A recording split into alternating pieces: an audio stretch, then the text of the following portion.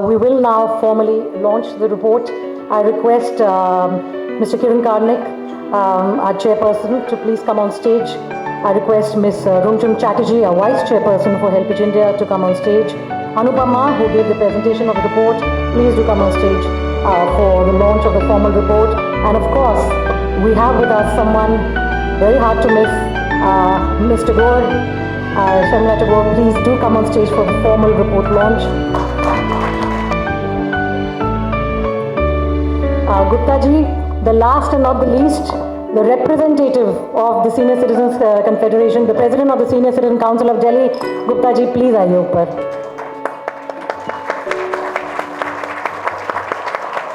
Thank you all for being with us here today. This is a very, very special moment for all of us. I just got scolded for telling all the younger people to help the older people to switch off their phones. And I think that just, also shows that, at Helpage we do digital literacy classes where we ask younger people to help older people to teach them how to use their smartphones. I'm very happy to see here that a lot of the people, especially the ladies here, सब अपना phone लाइए. So कोई SMS भी कर रहे हैं.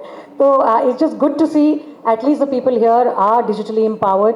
And without further ado, of course, I don't think I need to introduce the person who's sitting next to me, but I still will, just to do a little bit of a memory check. So she's someone who started a journey at the age of 14 when she entered the world of cinema with Satyajit Ray's acclaimed Bengali film Apur Shonchar in 1959. Since then, there has been no looking back. A national award-winning artist, her contribution to the world of cinema is undeniable.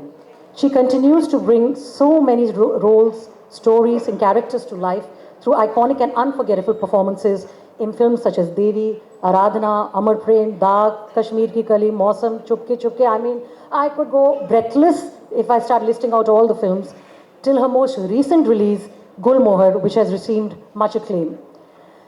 While she essays these varied roles on the silver screen, she also juggles multiple roles in real life, one of which is to come forward and support and give voice to causes which are close to her heart. Over the last decade, she has helped spread awareness on various issues, whether it be HIV, children, cancer support. Today, she's here with us to support the cause of older women and bring their issues and narratives to light, to address the unspoken invisibility of women who are a part of our everyday lives, but whose contributions often go unnoticed and their needs unaddressed.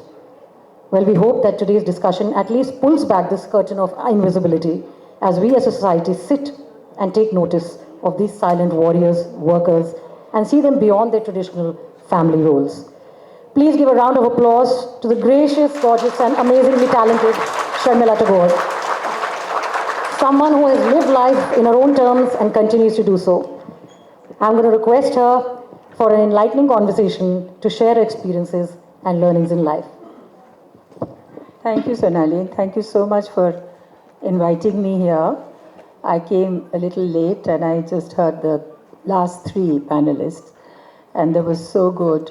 And I especially resonated with Professor Pinky Mathur, and I totally agree with her. But I think we need to take the men with us. Yes. I don't think we can fight it solo, nor should we. I don't believe in that. Men should be our partner, and we should appeal to their better self. And I think together it will be possible. So actually, this is a cause that I firmly believe in, and that's why I'm here. You called me, I think, about 3 days ago. Yes. So I said, yes, I must be here. So yes, you were going to ask me some questions, yes. I thought. So she's right. I called her 3 years ago, and it's very rare to get someone, who believes so strongly for a cause. And I'm just so glad that she's here with us today. So, 64 years ago, at the age of 14, you're a young, unfamiliar girl to the world of cinema. You started working. And at that time, it was virtually uncommon for a young woman to step out of a, protective environment and start working. What motivated you to, just start? You're very right, because at that time, in newly independent India, What year are we talking about? 50 something. And it was frowned upon when women went out to work. So, and yet people were working. It's not that they were sitting at home. They had to work. They had to augment the family income because the parents were getting old. And Mrinal Sen and Ritik Ghatak were making so many films where the woman's money was important, but they didn't respect the woman. The family did not respect the woman. I mean, she didn't get married in Meghe Dhaka Tara. She dies of TB. In Agdin Pratidin, in Mrinal Sen, how the woman is frowned upon because sometimes she's working late, she's coming late, etc., etc. So we've taken that many years later, we are in a different place. Things are arguably better. But as things change, much remains the same. So there is lots to be done, and I think film is an influencer, but also these forums and these conversations, I think we need to talk to each other a lot more. The women must talk to other women. The silence must be broken, and we must share, like Pinky shared and said things about her husband, saying that she's meant to look after the gas leak, etc. But I'm sure she feels comfortable talking like that. So that's, I think the husband helps her there. so I think it's a very, like there's a film called Court. I don't know how many of you have seen it. It's a Marathi film. Yeah. Now this lady is a lawyer. She goes to work every day and she's very good at her work. And then after that, she goes to the creche to pick up her son. And then she comes home, and then she's in the kitchen. But while she's cooking, she's on the phone. She's giving advice to her other women friends or whatever else. She's doing that. And then we see her coming to the sitting room where the son is sitting on a chair. The son is lying on the bed in a very relaxed fashion, about, I would say, 14, 15-year-old. And then there is the husband sitting on a chair.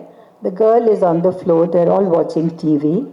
And she serves everybody some appetizer. And then while going, she just fleetingly looks at the TV that she would also like to watch perhaps, but she doesn't. Then she goes to the kitchen and she's cooking, and then she feeds them. Then after, when everybody's asleep, she preps for the next day. She's doing her work. So she is an empowered person. Obviously she is literate, she's educated, she's working, she's bringing in home money, but she accepts that position. And as Pinky said earlier, if I may call her Pinky, I think I'm much older than her. So, you know, these things just don't manifest themselves. You know, these invisible women do not become invisible. So, as she said, that we have to go back to the beginning. When a child is born, it's naked.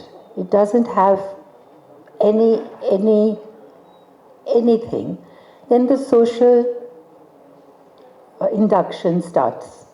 And then a woman has to behave like a woman and a man has to behave like a man. Women are pretty, the man is strong. Man is brave. So all these epitaph starts, notion starts. And then women are not meant to talk too loudly because that's unfeminine. You're not supposed to dress in a particular way because that's not feminine. So all those things, so you have to take that into consideration. And when you say invisible, do we think ourselves as invisible? If we do not say that we are visible, why should anybody else say so? So we have to make our presence felt. So I was fortunate, as you said, why was I allowed to work at the age of 14 in a film, for the reason because Satyajit Ray was making different kind of films. It was considered respectable, so there was no, I was allowed. So, but also the family was very forward looking, including my grandmother, you know. At some point, I read in your questionnaire that you were going to ask me that who are my role models. So most certainly my grandmother was. And I'm 78 now. My grandmother was then, I think, a little older. So she was so emancipated in her thinking and so forward looking in her thinking. She didn't have beef herself, but her husband ate beef, so she cooked that for him. She always wore the sari in a Bengali way. She had no other language except Bengali, but she could make herself understood. She had no problem with that. So she was herself and she met all our friends. And later on, when she became really old, us sisters, she used to do crochet very well. So we tried to make a little, table napkins, etc., and sell them, and then give her some kind of money. And that was the first money that she earned, she told us. But I'm saying that if your family is supportive, and if you see every member of the family interacting with each other and not making a discrimination, like we were three sisters, and my father never really longed for a son, and never said, he said, my daughters are like my sons. So we never felt growing up any less. I went to Bombay to work at the age of 17, 18. I was not chaperoned like everybody else was. And I stayed alone in a hotel. I became a social suspect. But because I could do that, because of my family. And I knew who I was. It's so important to know who you are. I think, that's so well said. On a personal note, I think women need to support women a lot and it starts, like you said, at a young age. Just like you said, your role model is being your grandmother, your mother. My role model is my own mother, who's here. And I've come from also upbringing where, girls are as good as boys, and we're all working. And which brings me to my next question is, you've seen the world transform. The world has changed immensely in the last 20, 30 years. Digitization has come in, and today people are living longer. Women are living longer than men because, there is healthcare. The traditional roles that define them as mother, sister, wife, grandmother, they are still there. But, it used to be either that or they were elevated to the role of, goddesses like Ma Durga, Kali, strong, representation. Do you think that in today's day and age that there is a shift now in the roles that women play beyond the family circuit, whether it is in the corporate sector, in sports, in entertainment, or women in politics for that matter? Would you say that you see a change happening? Yes, again, I would go back to the same thing I said. There's a lot of changes for the better and more opportunities for women. There is still much, that the hierarchy of men is still there. Like a lot of companies globally are headed by women, and also in India. Everywhere there are women. But what we saw just now with the wrestlers, we think that have we really progressed? Because there's no visible support has come from any other sports male members or anything like that. So that is one thing. So, it's there, but it is still the male superiority down. Like in the films, the male get, and even in Hollywood, they get paid more than the women. So all those things need to be addressed and changed, and they are changing. And now Neena Gupta, for instance, are getting wonderful roles. Dimple just now is in the Saas Bahu Flamingo. And she's the one provides the heft to the movie. And earlier we had Surekha Sikri, we had Shushma Seth, we had Zora Sehgal. So they were wonderful. So there's always been those actors who were very, very good and had a very, very long life. I was fortunate to do Gulmohar. And I was asked that why didn't I work for so many years? But it's not just that you have to be visible on the screen. I was visible elsewhere. I was, I was talking about cinema in different forums. So I was always engaged with life. I never really retired from life. I may not have acted in films, but that is not the all and end all of everything. So as long as you are connected, you're informed, and you are engaged with the society, and you are able to do whatever little you can, I think all of us collectively, if we did that, that would make, you don't have to be at the pinnacle of your career, but at every level, if you can speak up for yourself and make your presence felt, I think that makes a difference. I think one of the biggest takeaways from what you just shared was you didn't retire from life. And I think that is the biggest thing that one can do, because it's our life, it's your life to choose how you want it to peak, how you want it to be, where you want to take off, where you want to just let it flow. And, while that is, that's been your journey, but do you think that it is easier for women who otherwise take a break from work? Because, there are a lot of women that I meet, whether they're looking after their young children, when they've just had a child for that matter, they take a break from work, and after some time, when the child is a little able enough, they want to come back. But are the opportunities there enough for them to come back after, let's say, a 5-year or a 10-year break for the woman to come back to work? It's very difficult, because if you're in a tech field or if you're in a whatever field, the world moves on.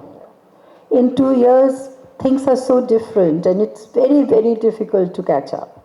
So you must never really leave, ideally. And you have to keep in touch. Because, in my case, it's different, because, and I'm an actor, I can act at, if I get a role, I'll be able to act in any. But if you're in a, like I said, with Apple or, I don't know, any other, it's very techy, So it's very difficult to catch up, I feel. I may be wrong. So I think it's this caregiving and earning are two pillars, as Marianne Slaughter said. And that is where you need a house husband also. And you need that sharing. Share the load. Share the load. And that can be easily done. And a lot of today's modern young husbands are doing that. Like my director Rahul Chitela didn't come for the screening here because it was his time to look after the child. So when I said that, everybody clapped for him. So it's become, like Saif is very, very supportive. So they take in turns when Saif is going to work and when Karina is going to work. So somebody can be with the kids. Because even if you employ nannies to look after your children, that nanny is leaving her 10-year-old somewhere else.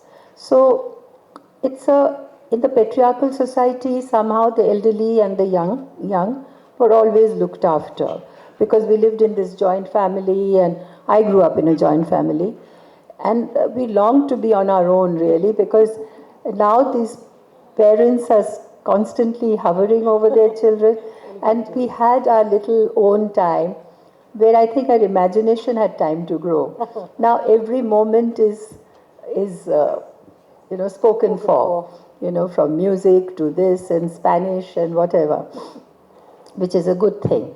But so what I'm saying is that in that joint family, we were always talking to somebody. There was always somebody at home. But now in a nuclear family, that is very difficult. So, but difficult, but not impossible. So you have to share I was about to say chore, not chore, but the responsibility of raising a child. So, you know, ageism. This is something, while we're talking about feminization of aging, ageism is something that a lot of older people face. And have you ever witnessed it, or have you faced it, seen someone going through it, being judged or treated in a particular way because of their age? You know, we have to re-look at how we see age. You know, white hair, and immediately we say that this is, we look at it as a burden or as a decline. So we have to reframe that as a time, like now that I'm working less, this is an opportunity for me to do many things that I haven't done before.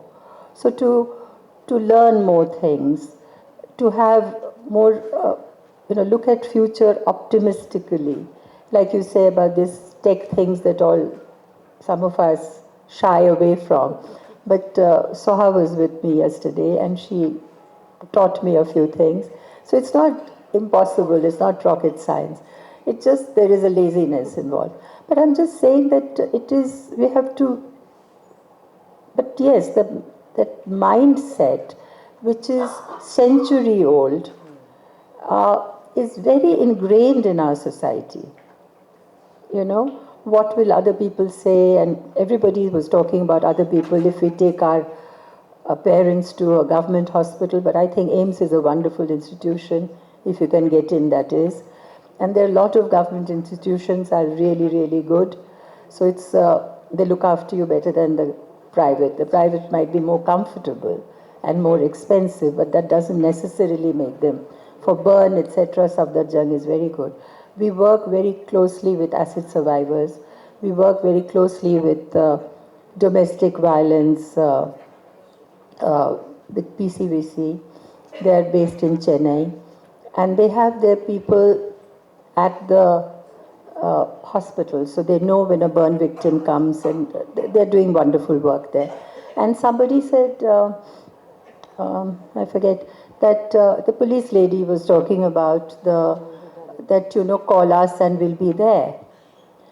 And one day I got a call at about 12 o'clock at night, and, whispering that please, and I knew her, of course, and I'm just locked in a room and please send somebody, and, my life is in danger, etc. So we got into action. I called all my activist friend and everything. And police reached there in no time and he was absolutely drunk and was beating her up, and she had locked herself in the room. And the police wanted to arrest him, and she didn't want that.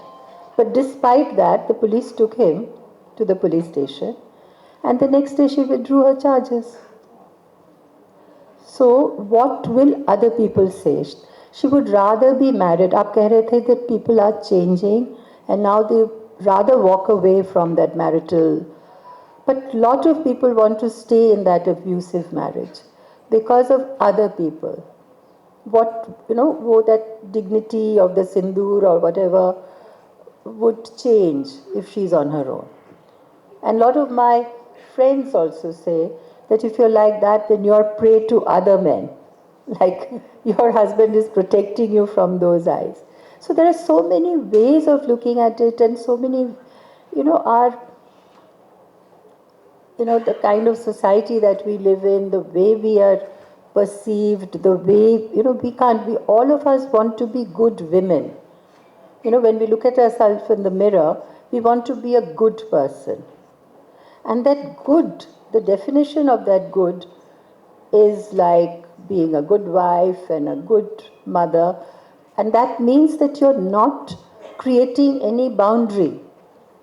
And if you don't create that boundary with your children, then obviously when they grow up, they have that sense of entitlement to treat their mother as they want. In fact, what you said about, that of course was a husband and wife situation. We work with senior citizens, and one of the things, whenever we ask an older person that, if he or she is being abused, especially in the case of women, आपको लगता है कि elder abuse prevalent है? हाँ है. Now, abuse is such a thing that happens within four walls. It's not crime that happens outside. So obviously, either they have, gone through it, or they have seen someone closely, they've witnessed it. When you ask them, आपके साथ कभी हुआ है? नहीं. And when you ask someone who dares to admit that they have been abused, report किया है? नहीं, क्यों? घर का मामला है, घर में रहने दीजिए. So unless and until we speak up and speak up with each other and create this sisterhood and also have men as our partner, only then we can progress. There's no other way of going forward. You know, one of the things that is media, you know, you mentioned cinema. You know, media plays such an important role in shaping our perceptions. You know, we are, especially with OTT, it's constantly there. So, how do you think that, what role can media play in changing perceptions, how older women are viewed, and bring more focus to issues which are related to older people? Obviously, if the stories are told, there will be more conversation, there will be more awareness and more understanding of these things, and yes, they will do that. But you know, the audience is also male and women, so people who make commercial enterprises are very aware of that. But despite that, obviously, women, I think, repeat films and they have more time to see films, so they are a good audience. So there are a lot of films are being made, and OTT is a wonderful place for these films to be made. So OTT is a, but if you see TV, and I mean I'm a member of BCCC, the content is so regressive. They make it out as women are women's worst enemy. And that is so unfortunate. The government is doing something, they are also checking these films out, and then finally it comes to us. Geeta Mittal, who's a retired judge, is our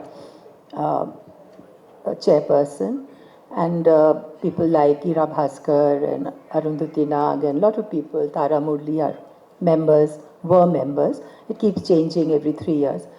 And when we see films like that, which is sitting in your house, they are. I mean, how can they even make? Sometimes we call them for discussion, saying that this should be changed, this should be removed, and they don't understand why. I mean, they argue knowing that they are, I mean, what they have produced, because commerce is overriding, and in these sort of rural areas, they are glued to the TV and encouraging superstition, various ways of how to kill a bride. Children are involved, one child being abusing the other child. I mean, they are so regressive. No, I think, I think one of the few things that we see is that, like you mentioned this, that particular, the court, where the woman went to work, came back within the kitchen, on the phone, constantly at it, multitasking. There's never any time off. There's never any time off. Her son is lying there, is relaxing. He's seeing what is happening in front of his eyes, but he hasn't really made an effort to say, okay, aap thoda din baith jao, main kuch kar leta hu. This is it. This is what I'm trying to say, that if she doesn't make an effort, she can easily come and sit there and let the dinner be 10 minutes late. She can easily ask the girl to come and help her. She can do a lot of things. She can get food from outside. She can do some things. Okay, maybe it's very expensive. But I'm just saying that she can also say that, please, I want a day off. Basically, what you're saying is that the woman should also do, pehal karni chahiye. They should also take Yes, initiative. if we remain invisible, then other people will also call us invisible. Yeah, in fact, I'm glad you brought this up because, when we were thinking of, the campaign Main Bhi Hoon, and this was exactly one of the conversations I was having with Rohit, that when you're saying Main Bhi Hoon, who is saying it? So we were very clear that Main Bhi Hoon was not about the woman saying Main Bhi Hoon. She knows she's there. She knows she's going through it. It's for the people who are around her who needs to see that, she's there. And she wants them to know that Main Bhi Hoon. I know I'm there. But do you see that Main Bhi Hoon? So I think that is something, that is a message that we all want to give.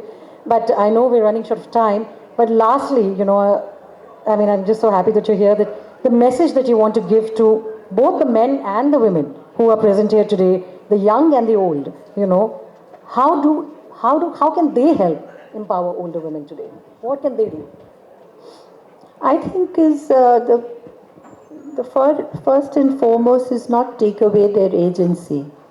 That recognize that they have agency, and they should respect their decision and give total support and be with them, but not coerce them into their way of thinking, because that is convenient for them. You know, my children want me to leave here and go to Mumbai and live with them. Obviously. But I want to be closer to Patodi. I have my set of friends here. Your life is So my life is here. And we can meet. And they are busy in their own lives also. So I think that kind of negotiation should be there. I know it's convenient. If I suddenly fall ill, it's difficult for them to come. But then my friends are also, we have a family beyond our biological family. And our friends are also like our family. So I guess, and especially when we have known them for last 50 years and 40 years. So I think it doesn't take away, you don't have to feel guilty about it. It doesn't take away, it doesn't say I don't love them, I'm not close to my son is in Chicago while I'm having an operation. It doesn't mean anything. It's not for other people we are not living. It is our understanding with each other and our cooperation with each other. And what is priority? If I'm just having a cataract operation, I don't need my son next to me, right? But if I have life-threatening operation, yes, perhaps he should be here. So, etc. So it's all negotiation and understanding, but never push an elderly person what they don't want to do. And respect that they have a mind of their own, and just support that and make that possible. It's quite easy to do that. And don't overprotect them either. I mean, hovering around them all the time. the helicopter children. Yes. You know, are you all right and all that? Yeah. That perhaps is not necessary. So thank you so much. I'm going to ask you to keep sitting here, and I am going to request our Vice Chairperson, Rumjum, to please come on stage and basically share a small thank you citation of appreciation. No, but thank you for calling us. I really enjoyed your, not enjoyed is not the word, learned a lot from listening to others and finding a connection and like-mindedness. Yeah, yes. Thank you. A round of applause for this amazing interaction.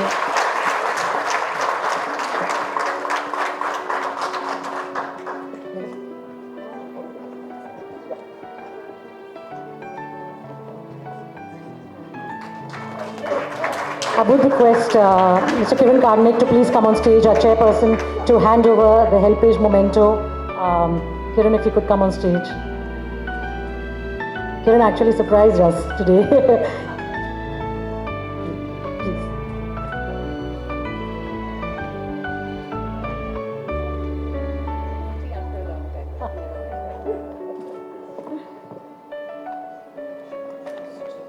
Just